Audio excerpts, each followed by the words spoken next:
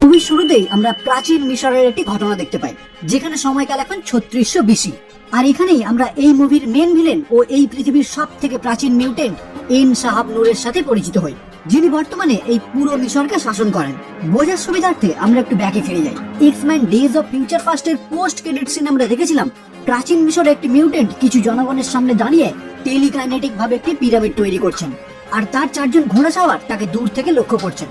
এখানে যিনি পিরামিড তৈরি করছেন ইনি হলেন এন শাহাব নূর, যার রূপ পরিবর্তন হয়ে এই মুভিতে এই রকম হয়েছে। এই মুভিতে এন শাহাব নূরের বিভিন্ন রকমের ক্ষমতা দেখানো হয়েছে, যেটা আমরা একের পর এক দেখতে পাবো। প্রথমেই আমরা দেখতে পাই এন শাহাব নূর বয়স্ক হওয়ার কারণে একটি অনুষ্ঠানের মাধ্যমে সে তার শরীর ত্যাগ করে অন্য একটি মিউটেন্টের শরীরে নিজের চেতনাকে স্থানান্তরিত করে। এর মাধ্যমে সে ওই মিউটেন্টের মতো ইয়াং হয়ে উঠবে এবং ওই মিউটেন্টের মধ্যে যে সকল ক্ষমতা রয়েছে সেটাও তার নিজস্ব হয়ে যাবে। কিন্তু এই আত্মা স্থানান্তর করার টাইমেই মিশরের কিছু অধিবাসী, যারা তাকে একদমই সহ্য করতে পারে না, মানে তার শাসন মেনে নিতে পারে না, তারা কিছুজন মিলে প্ল্যান করে ওই কাজে বাধা প্রদান করে, যেটা এই মুভির দুর্দান্ত একটি সিন। আমি গ্যারান্টি দিয়ে বলতে পারি এই সিন আপনারা এর আগে কোথাও না কোথাও অবশ্যই একবার হলেও দেখেছেন। যে পিরামিডের মধ্যে এন শাহাব নূর তার নিজের চেতনাকে স্থানান্তরিত করছিল, ওই পিরামিড তারা সুকৌশলে ধ্বংস করে দেয়। আগেই বলেছি এন শাহাব নূরের চারজন ঘোড়া সাওয়ার তাকে সব সময় প্রোটেক্ট করে। এই টাইমেও তারা একই কাজ করছিল, কিন্তু যেহেতু পুরো পিরামিড ধ্বংস হয়ে যায়, তাই তারা চারজনই সেখানেই প্রাণ হারায়। আর এন শাহাব নূর ওই পিরামিডের ধ্বংসাবশেষের মধ্যেই জীবন্ত চাপা পড়ে যায়। এখান থেকে সিন শিফট হয় 1983 সালে, যেখানে আমরা দেখতে পাই একটি স্কুলে ক্লাস করার টাইমে স্কট প্রথমবারের মতো উপলব্ধি করে তার ক্ষমতা। এইবার প্রশ্ন হলো, স্কটকে তো আমরা এর আগেই দেখে এসেছি অনেক স্টোরিতে, তাহলে কি এখানে শুধু স্কটের ক্যারেক্টারে যে অভিনয় করছে তাকে চেঞ্জ করা হয়েছে? উত্তর হলো না, শুধুমাত্র ক্যারেক্টার চেঞ্জ করা হয়নি, তার জীবনের গল্প এখানে পুরোপুরি চেঞ্জ দেখানো হয়েছে। মানে আগের স্কটের স্টোরির সাথে এখানে কোনো মিলই নেই। কারণ এর আগের স্টোরিতে আমি বলেছি, এক্স-ম্যান সিরিজের 7 নম্বর মুভিতে আমরা দেখেছিলাম লোগান টাইম ট্রাভেলের মাধ্যমে অতীতে ফিরে এসে সেন্টিনেল প্রোগ্রাম ক্যান্সেল করেছিল, ফলে সেই টাইম থেকে শুরু হয়েছিল এক্স-ম্যান সিরিজের নতুন একটি টাইমলাইন। ঠিক এই কারণের জন্যই এই মুভিতে আমরা যে সকল ক্যারেক্টারদের দেখতে পাবো, তাদের অনেককেই এর আগের কোনো না কোনো মুভিতে আমরা মারা যেতে দেখেছি। এখানে তাদেরকে আমরা পুনরায় দেখতে পাবো এবং কিছু কিছু ক্যারেক্টারদের আমরা নতুন রূপে দেখবো। যেমন স্কটকে আমরা আগে এই রূপে দেখেছি, এই মুভিতে আমরা এই রূপে দেখবো। জিন গ্রেকে আমরা এই রূপে দেখেছি, এখানে আমরা জিনকে এই রূপে দেখবো। যাই হোক, স্কট প্রথমবারের মতো তার মিউটেন্ট ক্ষমতা উপলব্ধি করার পর তার দাদা অ্যালেক্স তাকে সঙ্গে নিয়ে উপস্থিত হয় জেভিয়ার স্কুলে। কিন্তু কেন? আসলে স্কট তার নিজের পাওয়ার একদমই কন্ট্রোল করতে পারছে না। সে চোখ খুলে তাকালেই তার চোখ থেকে এক ধরনের হাই পাওয়ার লেজার নির্গত হচ্ছে, যেটা তার সামনে থাকা সবকিছু ধ্বংস করে দিচ্ছে। এই কারণেই তার দাদা তাকে প্রফেসর এক্স এর কাছে নিয়ে আসে, যাতে সে তার ক্ষমতা ঠিক মতো কন্ট্রোল করতে পারে। এইবার এখানেই প্রফেসর এক্স এর কথা মতো হ্যাঙ্ক মেকয় তাকে একটি অত্যাধুনিক অপটিক্যাল গ্লাসের ব্যবস্থা করে দেয়, যার মাধ্যমে সে খুব সহজে দেখতেও পাবে এবং সময় সাপেক্ষে তার ক্ষমতা সে ব্যবহারও করতে পারবে। এইবার এক্স মেনশনে স্কট প্রথমবারের মতো জিন গ্রের সাথে পরিচিত হয়, আর এখান থেকেই তারা দুজনের ক্লোজ হতে শুরু করে। এই জিন গ্রের নতুন করে নিশ্চয়ই আর পরিচয় আপনাদের সামনে তুলে ধরতে হবে না, কারণ আমরা সকলেই জানি এক্স-ম্যান সিরিজের সব থেকে পাওয়ারফুল মিউট্যান্ট হলো জিন, কিন্তু সে তার পাওয়ার ঠিক মতো ইউজই করতে পারে না এবং তার নিজের পাওয়ার সম্বন্ধে তার কোনো ধারণাই নেই। সে শুধু এটুকু জানে তার মধ্যে টেলিপ্যাথিক এবং টেলিকাইনেটিক পাওয়ার রয়েছে। যাই হোক, এখান থেকে সিন চেঞ্জ হয় আর আমরা দেখতে পাই এক্স-ম্যান সিরিজের আরো একটি অন্যতম চরিত্র রেভেনকে, যে বর্তমানে উপস্থিত হয় একটি ফাইট ক্লাবে। বেসিক্যালি এটি এমন একটি ফাইট ক্লাব যেখানে মিউট্যান্টদের ফাইট সাধারণ মানুষরা দেখে আনন্দ উপভোগ করে। সেখানে রেভেন যখন পৌঁছায়, বর্তমানে ওই ফাইট রিং এ অ্যাঞ্জেল ডাস্ট ও কার্ড ওয়াগনার নামে দুটি মিউট্যান্ট ফাইট করছিল, যেটা দেখে রেভেন সুকৌশলে তাদেরকে সেখান থেকে মুক্ত করে আর কার্ডকে সঙ্গে নিয়ে হাজির হয় কালো বাজারি ব্যবসাকৃত একটি মিউট্যান্ট ক্যালিবানের কাছে। রেভেন কার্ডকে এখানে নিয়ে আসার উদ্দেশ্য হলো কার্ড ওয়াগনার, মানে যাকে আমরা নাইট কলার হিসেবে অলরেডি আগের পার্টগুলি থেকে চিনি, আর তার ক্ষমতাও জানি, সে যে কোনো পরিস্থিতিতে একটি জায়গা থেকে অন্য একটি জায়গায় টেলিপোর্ট হতে পারে, কিন্তু সে অন্যদের থেকে নিজেকে প্রোটেক্ট করতে পারে না। এই কারণে রেভেন তাকে ওই ফাইট ক্লাব থেকে রেস্কিউ করে এখানে নিয়ে এসেছে, যাতে ক্যালিবান তাকে বার্লিন থেকে আমেরিকায় যাওয়ার সুযোগ করে দেয়। আসলে ক্যালিবানের কালোবাজারি ব্যবসা হলো এটাই, সে যে কোনো মিউট্যান্টকে তার পরিচয় পাল্টে একটি দেশ থেকে আরেকটি দেশে পাঠিয়ে দেয়, আর তার ক্ষমতা হলো সে যে কোনো মিউট্যান্টকে দূর থেকেই ফিল করতে পারে, মানে কোন মিউট্যান্ট বর্তমানে কোথায় আছে সেটা সে খুব ভালো করেই জানে। এখানে রেভেন যখন উপস্থিত হয়, ক্যালিবান তাকে তার একটি পুরনো সঙ্গী এরিকের কথা জানায় আর বলে বর্তমানে পোল্যান্ডে এরিকের পরিবার মারা গেছে, তাই এখন সে পুরোপুরি উদ্বিগ্ন। এটা জানার সঙ্গে সঙ্গে রেভেন নাইট কলারকে সঙ্গে নিয়ে সোজা রওনা হয় এক্স ম্যানশনের উদ্দেশ্যে। এইবার কথা হলো এরিকের পরিবার কিভাবে মারা গেল। আসলে যে জায়গায় এন সাহাব নূরকে জীবন্ত চাপা দেওয়া হয়েছিল সেই স্থানে হাজির হয় সিআইএ এজেন্ট ময়রা। কিন্তু ময়রা এখানে কেন হাজির হয়েছে? আসলে সে পৃথিবীর সব থেকে প্রাচীন মিউটেন্টকে নিয়ে গবেষণা করছিল, আর তার গবেষণা এগিয়ে নিয়ে যাওয়ার জন্যই সে বর্তমানে হাজির হয়েছে মিশরে। এখানেই ময়রা একটি সুড়ঙ্গের সাহায্যে ওই পিরামিডের ধ্বংসাবশেষের মধ্যে প্রবেশ করে লক্ষ্য করে সেখানে অলরেডি একদল মানুষ কিছু মন্ত্র বলে কোনো কিছু জাগ্রত করার চেষ্টা করছে। এইবার এখানেই ঘটে যায় একটি অদ্ভুত ঘটনা। যে সুড়ঙ্গের মধ্যে দিয়ে ময়রা সেখানে প্রবেশ করেছিল সেই স্থান দিয়ে সূর্যের আলো ভিতরে এসে পড়ায় অদ্ভুত ভাবে এন সাহাব নূর সেখানে জাগ্রত হয়ে ওঠে, যার ফলে সেখানে একটি এনার্জি ফিল্ডের সৃষ্টি হয়। আর ওই এনার্জি ফিল্ড থেকে উৎপন্ন হয় ভূমিকম্পের, যে ভূমিকম্প পুরো পৃথিবীতে ছড়িয়ে পড়ে। ফলে পোল্যান্ডের একটি লোহার কারখানায় কর্মরত এরিক লেহেনসার ওই ভূমিকম্পের কারণে বিপদে পড়া একটি মানুষকে তার ক্ষমতার সাহায্যে প্রাণে বাঁচিয়ে নেয়, যেটা সেখানে থাকা অনেকেই লক্ষ্য করে। ফলে এরিক বাড়ি ফিরেই তার স্ত্রীকে জানায় তারা এখানে আর থাকবে না, এখান থেকে তাদেরকে এক্ষুনি চলে যেতে হবে। তার ওয়াইফ যখন তার কাছ থেকে কারণ জানতে চায় তখন সে জানায় তার ক্ষমতা সম্বন্ধে তার কারখানার অনেকেই জেনে গেছে, যেটা তার জন্য একদমই ভালো না। এইবার কথা হলো তার ক্ষমতা সম্বন্ধে তার কারখানার সহকর্মীরা জানতে পেরেছে, তাতে তার প্রবলেমটা কোথায়? সে তো তারই একজন সহকর্মীর প্রাণ বাঁচিয়েছে। আসলে এক্সমেন ডেজ অফ ফিউচার পাস্টে আমরা দেখেছিলাম ম্যাগনেটো প্রেসিডেন্টকে হত্যা করতে গেলে রেভেন প্রেসিডেন্টকে তার হাত থেকে রক্ষা করে, আর তখন থেকেই ম্যাগনেটো পুরো ওয়ার্ল্ডে একটি মোস্ট ওয়ান্টেড মিউটেন্ট বলে ঘোষিত। যে কারণেই সে পোল্যান্ডে ছদ্মবেশ নিয়ে একটি নতুন সংসার শুরু করে আর একদম সাধারণ মানুষের মতো জীবনযাপন করতে থাকে। কিন্তু প্রবলেম শুরু হয় এখন, যেহেতু তার ওই ম্যাগনেটিক ক্ষমতা তার সহকর্মীরা দেখে নিয়েছে, তাই তারা নিশ্চয়ই সন্দেহ করবে এই হলো সেই মোস্ট ওয়ান্টেড ম্যাগনেটো। যে কারণে সে তার স্ত্রীকে বলে এখান থেকে চলে যাওয়ার কথা। কিন্তু এরিক যেটা ভেবেছিল ঠিক সেটাই হয়। তার সহকর্মীরা সেখানকার পুলিশে খবর দেওয়ায় তারা পুরো ফোর্স নিয়ে সেখানে উপস্থিত হয় আর তার মেয়েকে আটক করে এরিকের কাছে জানতে চায় সেই কি আসলে ম্যাগনেটো। এইবার ম্যাগনেটো তার মেয়েকে বাঁচানোর বিনিময়ে নিজে তার পরিচয় জানিয়ে তাদের কাছে ধরা দেয়। কিন্তু এরিকের কন্যা তার বাবাকে আটক হতে দেখে চিৎকার করতে শুরু করে, আর তার বিশৃঙ্খলা বাড়ার সাথে সাথে আমরা দেখতে পাই এরিকের কন্যাও একটি মিউটেন্ট। এইবার ওই বাচ্চা মেয়ের মিউটেন্ট ক্ষমতায় বিভ্রান্ত হয়ে ভুলবশত সেখানে উপস্থিত একটি পুলিশের হাত থেকে একটি তীর ফসকে গিয়ে তার মেয়ের বুকে আঘাত করে। ফলে সেখানেই তার মেয়ে ও স্ত্রী মারা যায়, যেটা দেখে এরিক রেগে গিয়ে তার মেয়ের গলায় থাকা একটি চেনের সাহায্যে পুরো ফোর্সকে নিমেষেই হত্যা করে। এবার নিশ্চয়ই বোঝা গেছে এরিকের পরিবার কিভাবে মারা গেল। যাই হোক, অন্যদিকে এন সাহাব নূর পুনরায় জাগ্রত হয়ে অনাথ একটি মিউটেন্ট অরোরা মুন্ড্রোকে কিছু গুন্ডাদের হাত থেকে রক্ষা করে। এইবার মুন্ড্রো এন সাহাব নূরের এইরকম ক্ষমতা দেখে তাকে সঙ্গে করে তার থাকার জায়গায় নিয়ে আসে। সেখানেই চলতে থাকা একটি টিভি টাচ করে বর্তমান পৃথিবীর পুরো পরিস্থিতি সম্বন্ধে এন সাহাব নূর জ্ঞান লাভ করে আর নিজে নিজে মনে করতে শুরু করে মানব সভ্যতা তার পথ হারিয়ে ফেলেছে, তাই তাদেরকে আবার নির্দিষ্ট পথে ফিরিয়ে আনতে হবে। যেই কারণেই সে সিদ্ধান্ত নেয় তিনি এই বিশ্বকে নতুন ভাবে তৈরি করবে, যেখানে আগের যুগের মতোই সেই হবে এই বিশ্বের সর্বেসর্বা। এরপর মুন্ডো তাকে যখন রেভেনের ছবি দেখিয়ে জানায় এই হচ্ছে তার হিরো, ছোট থেকে সে রেভেনের মতোই হতে চায়। এক্সম্যান ডেজ অফ ফিউচার পাস্টে প্রেসিডেন্টকে যখন রেভেন ম্যাগনেটোর হাত থেকে বাঁচিয়েছিল তখন সেই দৃশ্য পৃথিবীর সকল মানুষ দেখেছিল, আর তখন থেকেই পৃথিবীর অনেক মানুষের কাছেই রেভেন একজন হিরো, আর মিউটেন্ট কুলের কাছে তো অবশ্যই। এই কারণেই অনেক মিউটেন্ট তাকে তার আইডিয়াল মনে করে তার মতো হতে চায়, আর এদের মধ্যেই একজন হলো মুন্ডো। এই কথা এন সাহাব নূর জানার পরেই সে তার ক্ষমতার সাহায্যে মুন্ডোর ক্ষমতা বৃদ্ধি করে, আর এরপর থেকেই মুন্ডো তার অনুসারী হয়ে ওঠে। অন্যদিকে এন সাহাব নূর জাগ্রত হওয়ার টাইমে যে ভূমিকম্প অনুভূত হয়েছিল সেটা পৃথিবীর বিপরীত পাশে থাকা এক্স ম্যানশনেও সবাই উপলব্ধি করেছিল। এমনকি ওই টাইমে জিন একটি মারাত্মক স্বপ্ন দেখেছিল, যে স্বপ্নে সে দেখতে পেয়েছিল পৃথিবী পুরোপুরি ধ্বংস হয়ে যাচ্ছে।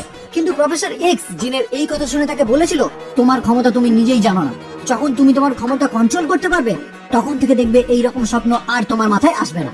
তারপর হ্যাঙ্কের সাথে কথা বলে প্রফেসর এক্স জানতে পারে ভূমিকম্পের উৎসস্থল ঠিক পৃথিবীর বিপরীত প্রান্তে। তখনই প্রফেসর এক্স সেরেব্রো ব্যবহার করে দেখার চেষ্টা করে ওই ভূমিকম্পের উৎসস্থলে কি এমন ঘটেছে।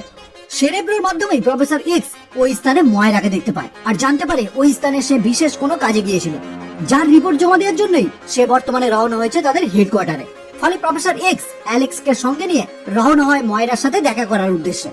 এই টাইমেই রেভেন নাইট কলারকে সঙ্গে নিয়ে এক্স ম্যানশনে এসে উপস্থিত হয়, কিন্তু ততক্ষণে প্রফেসর ময়রার সাথে দেখা করার জন্য এখান থেকে বেরিয়ে গেছে। তাই রেভেন এখানেই ওয়েট করতে শুরু করে যতদিন না প্রফেসর এক্স ম্যানশনে ফিরে আসছে। এদিকে প্রফেসর এক্স ও অ্যালেক্স ময়রার সাথে দেখা করে তার থেকে জানতে চায় আগের দিন ইজিপ্টে তার সাথে কি ঘটেছে। প্রথমেই ময়রা জানায় এটা একদমই সরকারি ব্যাপার, কিন্তু তারপরেই সে জানায় সে একটি গুপ্ত বিষয় নিয়ে রিসার্চ করছে, আর সেটা হলো 1000 বছর আগে জন্ম নেওয়া একটি মিউটেন্ট এন সাহাব নূর। এইবার এই সম্বন্ধে প্রফেসর এক্স আরো জানার জন্য ময়রাকে সঙ্গে নিয়ে উপস্থিত হয় এক্স ম্যানশনে। এখানে এসেই প্রফেসর সামনাসামনি হয় রেভেনের, যেটা দেখে প্রফেসর খুবই খুশি হয় কিন্তু রেভেন প্রফেসরের সাথে ময়রাকে দেখে আরো বেশি খুশি হয় আর ময়রাকে তার নাম ধরে সম্বোধন করে। কিন্তু ময়রা তো রেভেনকে চেনে না। এর কারণও আমরা জানি। কিউবে যখন রেভেন প্রফেসর এক্স কে ছেড়ে ম্যাগনেটোর সাথে চলে গিয়েছিল, তারপরেই প্রফেসর এক্স ময়রার সমস্ত স্মৃতি মুছে ফেলেছিল, যাতে মিউট্যান্টদের কোনো তথ্যই সে সিআই এর কাছে না জানাতে পারে। এই কারণেই ময়রা এখানকার কাউকেই চেনে না, মানে তার মনে হয় সে এই প্রথমবারের মতো এই সকলের সাথে পরিচিত হচ্ছে। যাই হোক, এখানেই প্রফেসর যখন রেভেনের থেকে জানতে পারে এরিকের স্ত্রী আর কন্যা মারা গেছে আর বর্তমানে তার প্রায় দিশেহারা অবস্থা, তখনই প্রফেসর সবাইকে নিয়ে এক্স ম্যানশনে থাকা সেরেব্রো ব্যবহার করে এরিকের খোঁজ করতে শুরু করে। অন্যদিকে এন সাহাব নূর মুনরকের সঙ্গে নিয়ে হাজির হয় ক্যালিবানের কাছে, কারণ আগেই বলেছি ক্যালিবান যে কোনো মিউট্যান্টের লোকেশন জানে। তাই এন সাহাব নূর তার কাছে উপস্থিত হয়ে তার প্রয়োজন মতো মিউট্যান্টের খোঁজ করতে শুরু করে। কিন্তু ক্যালিবান যেহেতু একজন কালো বাজারের ব্যবসায়ী, তাই তার কাছে টাকাই সব। আর এন সাহাব নূরের কাছে কোনো টাকা পয়সা না থাকায় সে তাকে কোনো খোঁজ খবর জানাতে অস্বীকার করে। কিছুক্ষণের মধ্যেই ক্যালিবানের দেহরক্ষী শাইলো নামক একটি মিউট্যান্ট এন সাহাব নূর ও মুনরকে ওয়ার্নিং দেয় এখান থেকে ভালোই ভালোই কেটে পড়ার জন্য। কিন্তু এন সাহাব নূর যখনই তার ক্ষমতা ব্যবহার করে শাইলোর পাওয়ার বৃদ্ধি করে, তখনই শাইলো ও মুনরোর মতো তার অনুসারী হয়ে ওঠে আর জানায়, আমি জানি আপনার কি রকম টাইপের মিউট্যান্ট দরকার। এরপরে শাইলো এন সাহাব নূরকে সঙ্গে নিয়ে হাজির হয় অ্যাঞ্জেল নামক সেই মিউট্যান্টের কাছে, যাকে আমরা কিছুক্ষণ আগেই নাইট কলারের সাথে ফাইট রিংয়ে ফাইট করতে দেখেছিলাম। সেখানে ওই ফাইটের মাঝেই তার ডানাগুলি ক্ষতিগ্রস্ত হয়ে গেছিল, কিন্তু এখানে এন সাহাব নূর তার সাথে দেখা করেই তার ক্ষমতা বৃদ্ধি করে তার ডানাগুলিকে পুরোপুরি মেটালে পরিণত করে। ফলে বাকিদের মতো অ্যাঞ্জেলও তার দলে নাম লেখায়। অন্যদিকে দেখা যায় ম্যাগনেটো তার স্ত্রী ও কন্যাকে হারিয়ে বর্তমানে হাজির হয়েছে ওই কারখানায় যেখানে সে বর্তমানে কাজ করত। সেখানে গিয়ে সে তার সহকর্মীদের উদ্দেশ্য করে জানায়, আমি তো তোমাদের একজনের প্রাণ বাঁচিয়েছিলাম, বিনিময়ে তোমরা আমার স্ত্রী কন্যাকেই কেড়ে নিলে, এখন আমি তোমাদের কাউকে ছাড়বো না। এই বলেই যখনই সে তাদেরকে মারতে যাবে, ঠিক সেই মুহূর্তে সেখানে উপস্থিত হয় এন সাহাব নূর ও তার পুরো টিম। সেখানে উপস্থিত হয়েই এন সাহাব নূর নিমেষেই সেই কারখানায় কর্মরত সমস্ত কর্মীকে হত্যা করে এরিককেও তার দলে নিয়ে নেয়। তারপর এরিককে সঙ্গে নিয়ে উপস্থিত হয় সেই স্থানে যেখানে এরিক সর্বপ্রথম তার ক্ষমতা উপলব্ধি করেছিল, যেটা দেখেই এরিক জানায়, আমাকে এখানে আনা আপনার একদমই উচিত হয়নি। তখনই এন সাহাব নূর তাকে জানায়, আমি তোমাকে এখানে এনেছি তোমার ক্ষমতার সর্বশিখরে পৌঁছানোর জন্য। তোমার মধ্যে কি ক্ষমতা আছে সেটা তুমি নিজেই জানো না, একবার চেষ্টা করে দেখো, তোমার মধ্যে এই পৃথিবীকে কাঁপিয়ে দেওয়ার মতো ক্ষমতা আছে। এরপরেই এরিক তার কথায় অনুপ্রাণিত হয়ে তার মধ্যে থাকা সমস্ত শক্তি কাজে লাগিয়ে পৃথিবীর ভূপৃষ্ঠে থাকা সমস্ত মেটালিক কণাকে তার ম্যাগনেটিক ক্ষমতার সাহায্যে চালনা করতে শুরু করে এবং নিমেষেই সেখানে একটি ম্যাগনেটিক তুফানের সৃষ্টি করে ওই শিবিরগুলোকে পুরোপুরি ধ্বংস করে দেয়। এদিকে প্রফেসর যে সেরেব্রো ব্যবহার করে এরিকের খোঁজ করতে শুরু করেছিল, সে ফাইনালি এরিকের খোঁজ পেয়ে তার সাথে টেলিকাইনেটিক ভাবে কথাবার্তা বলতে শুরু করে, যেটা লক্ষ্য করেই এন সাহাব নূর তার ক্ষমতার সাহায্যে প্রফেসর এক্স সহ পুরো সেরেব্রো কবজা করে ফেলে। আর এরপরেই প্রফেসর এক্স এর ক্ষমতা কাজে লাগিয়ে পৃথিবীর সমস্ত দেশে থাকা পারমাণবিক অস্ত্রগুলিকে মহাকাশের উদ্দেশ্যে চালনা করে, যাতে সমস্ত দেশ পারমাণবিক শক্তি হারিয়ে ফেলে। প্রফেসর এক্স যখন বুঝতে পারে তার ক্ষমতা এখন পুরোপুরি এন সাহাব নূরের কন্ট্রোলে, তখনই সে তার সাথে থাকা অ্যালেক্সকে জানায় সেরেব্রো নষ্ট করে ফেলার জন্য। ফলে সঙ্গে সঙ্গেই অ্যালেক্স প্রফেসরের কথা মতো তার ক্ষমতার সাহায্যে সেরেব্রোকে ধ্বংস করে ফেলে। এর ফলে এখানেই এন সাহাব নূরের সাথে প্রফেসর এক্স এর সংযোগ বিচ্ছিন্ন হয়। কিন্তু কিছুক্ষণের মধ্যেই এন সাহাব নূর তার 4 জন অনুসারীকে নিয়ে এক্স ম্যানশনে উপস্থিত হয়ে প্রফেসর এক্স কে অপহরণ করে। অ্যালেক্স তার চোখের সামনে এইসব হতে দেখে তাদেরকে আটকানোর জন্য তাদের উপর আক্রমণ করতে গেলে সেখানে একটি বড় সড় বিস্ফোরণ ঘটে, ফলে পুরো এক্সপেনশন নিমেষেই পুরোপুরি ধ্বংস হয়ে যায়। কিন্তু এখানেই আমরা এই মুভির দুর্দান্ত একটি সিন দেখতে পাই, যেখানে পিটার মানে কুইক সিলভার সেখানে উপস্থিত হয়ে ওই এক্সপেনশনে থাকা প্রত্যেকটি মিউট্যান্টকে তার দ্রুত গতির সাহায্যে ওই বিস্ফোরণে মারা যাওয়ার হাত থেকে বাঁচিয়ে নেয়। শুধুমাত্র অ্যালেক্স ওই বিস্ফোরণে মারা যায়। ঠিক এই মুহূর্তে উইলিয়াম স্ট্রাইকারের বাহিনী ওই স্থানে হামলা করে হ্যাঙ্ক, রেভেন, পিটার এবং ময়রাকে ধরে নিয়ে যায় বিশেষ কিছু জিজ্ঞাসাবাদের জন্য, কারণ ওই এক্সপেনশন থেকে কোনোভাবে পৃথিবীর সমস্ত পারমাণবিক শক্তি ধ্বংস করে ফেলা হয়েছে। যাই হোক, এদেরকে ধরে নিয়ে যেতে দেখে স্কট, জিন ও কার্ট গোপনে তাদেরকে অনুসরণ করে পৌঁছায় আলকালি লেকে সেই গবেষণাগারে, যেই গবেষণাগার আমরা এর আগের অনেক মুভিতেই দেখেছি। সেখানে পৌঁছেই জিন তার ক্ষমতা ইউজ করে সেখানে বন্দি ওয়েপেন এক্স মানে উলভারিনকে মুক্ত করে। ফলে উলভারিন সেখান থেকে ছাড়া পেয়েই এক এক করে সেখানকার সমস্ত গার্ডদের মারতে শুরু করে, যেটা দেখে স্ট্রাইকার সঙ্গে সঙ্গে সেখান থেকে পালিয়ে যায়, কারণ সে জানে ওয়েপেন এক্স কে এইভাবে থামানো সম্ভব না। ফলে খুব সহজেই স্কট, জিন এবং কার্ট হ্যাঙ্ক, রেভেন, পিটার এবং ময়রাকে সেখান থেকে মুক্ত করে। এখানে কথা হলো লোগান এখানে কিভাবে বন্দী হলো। আসলে আমরা জানি স্ট্রাইকার লোগানের উপর বিশেষ ধরনের এক্সপেরিমেন্ট করেছিল, কিন্তু সেটা হয়েছিল আগের টাইমলাইনে। আর এই টাইমলাইনেও স্ট্রাইকার তাকে ধরে তার উপর আবারও এক্সপেরিমেন্ট করে, আর তারপরেই তাকে এখানে বন্দী করে রাখা হয়েছিল। আর এখন জিন তাকে মুক্ত করে দেয়। অন্যদিকে ইনসাফ নূর প্রফেসর এক্স কে কিডন্যাপ করে তার টেলিপ্যাথিক ক্ষমতা ইউজ করে পৃথিবীর সমস্ত মানুষের উদ্দেশ্যে একটি বার্তা পাঠায়, যার মাধ্যমে সে সবাইকে জানায় মানব সভ্যতা তার পথ হারিয়ে ফেলেছে, তাই খুব তাড়াতাড়ি তাদের বানানো সকল জিনিস ধ্বংস করে সে একটি নতুন পৃথিবী তৈরি করবে। প্রফেসর এক্স এই বার্তা পৃথিবীর সকল মানুষের উদ্দেশ্যে পাঠানোর সময় গোপন ভাবে জিনকে উদ্দেশ্য করে একটি বার্তা পাঠায় আর সঙ্গে তার লোকেশন উদ্ধার করতে রিকোয়েস্ট করে। এরপরেই আমরা দেখতে পাই ইনসাফ নূর তার ক্ষমতার সাহায্যে একটি নির্দিষ্ট জায়গায় ওই রকম পিরামিড স্থাপন করে, আর এরপরেই শুরু হয় আসল খেলা। আসলে ইনসাফ নূর প্রফেসর এক্স এর মতো এত পাওয়ারফুল মস্তিষ্ক এর আগে কখনো দেখেনি, তাই সে প্রফেসরকে কিডন্যাপ করেছিল একটাই কারণে, যাতে সে প্রফেসর এক্স এর ক্ষমতা নিজের মধ্যে নিয়ে নিতে পারে। আর সেটা কিভাবে সম্ভব এটা আমরা এই মুভির প্রথম সিনেই দেখে এসেছি। এখানেও সে ঠিক একই কাজের জন্য তৈরি হয়, মানে তার নিজের চেতনাকে প্রফেসর এক্স এর শরীরে স্থানান্তর করার জন্য রেডি হয়। আর আগের বারের মতোই তার চারজন হর্সম্যান মানে বর্তমানে এরিক, অ্যাঞ্জেল, সাইলক এবং মুনরোকে আদেশ দেয় তার এই কাজে সাহায্য করার জন্য। ইনসাফ নূরের থেকে আদেশ পাওয়ার পরেই এরিক তার ক্ষমতা ব্যবহার করে পৃথিবীর পুরো ম্যাগনেটিক ফিল্ড চেঞ্জ করে দেয়, যার ফলে পুরো পৃথিবী জুড়ে শুরু হয় ধ্বংসলীলা। এদিকে জিন প্রফেসর এক্স এর লোকেশন উদ্ধার করে তার টিম নিয়ে উপস্থিত হয় ওই পিরামিডের কাছে। সেখানে উপস্থিত হয়েই পিটার আর লেভিন প্রথমেই চলে যায় এরিককে বোঝাতে, যাতে সে ওই ধ্বংসলীলা থামিয়ে দেয়। আর এদিকে জিন, হ্যাঙ্ক ও স্কট শুরু করে মুনরো, অ্যাঞ্জেল এবং সাইলকের সাথে লড়াই। অন্যদিকে ইনসাফ নূর তার চেতনাকে পুরোপুরি প্রফেসর এক্স এর শরীরে স্থানান্তর করার আগেই নাইট কলার তার ক্ষমতার সাহায্যে প্রফেসর এক্স কে সেখান থেকে টেলিপোর্ট করে তাদের বিমানে ফিরিয়ে আনে। এরপর যখনই তারা সকলে মিলে ওই বিমানে করে প্রফেসর এক্স কে নিয়ে ফিরে আসতে যাবে, ঠিক তখনই সাইলক ও অ্যাঞ্জেল তাদের উপর পুনরায় আক্রমণ করে, যেটা দেখে নাইট কলার সকলকে নিয়ে ওই প্লেন থেকে টেলিপোর্ট হয়ে বেরিয়ে যায়। সাইলক ওই বিমান থেকে লাফ দেয়, কিন্তু অ্যাঞ্জেল ওই বিমানটির সাথে সাথেই ধ্বংস হয়ে যায়। এতক্ষণে ইনসাফ নূর পিরামিডের ভিতর থেকে বাইরে এসে উপস্থিত হয়। পিটার তাকে দেখেই তার দ্রুত গতি ব্যবহার করে তার উপর আক্রমণ করতে শুরু করে। এই সিনটি আমার কাছে এই মুভির দ্য বেস্ট সিন। যাই হোক, যেহেতু ইনসাফ নূর খুবই পাওয়ারফুল, তাই কিছুক্ষণের মধ্যেই সে পিটারকে পরাস্ত করে। তারপরেই প্রফেসর এক্স এর নাম ধরে চিৎকার করতে শুরু করে আর জানায় সে যেন যত তাড়াতাড়ি সম্ভব তার সামনে এসে উপস্থিত হয়। কিন্তু চার্লস চালাকি করে তার সামনে না এসে টেলিপ্যাথিক্যালি তার সাথে লড়াই করতে শুরু করে, মানে সামনাসামনি লড়াই না করে মস্তিষ্কে মস্তিষ্কে লড়াই শুরু হয়। কিন্তু সেখানেও ইনসাফ নূর প্রফেসর এক্স কে হারিয়ে দেয়। ফলে প্রফেসর এক্স জিনকে তার ক্ষমতার পূর্ণ শক্তি প্রকাশ করার জন্য উদ্বুদ্ধ করে। এতক্ষণে এরিক তার সাথে চার্লসের পূর্ণ কিছু স্মৃতি মনে করে সমস্ত ধ্বংসলীলা থামিয়ে ইনসাফ নূরের সামনে এসে বাধা হয়ে দাঁড়ায়, কিন্তু এরিকও তার ক্ষমতার সামনে পরাস্ত হয়।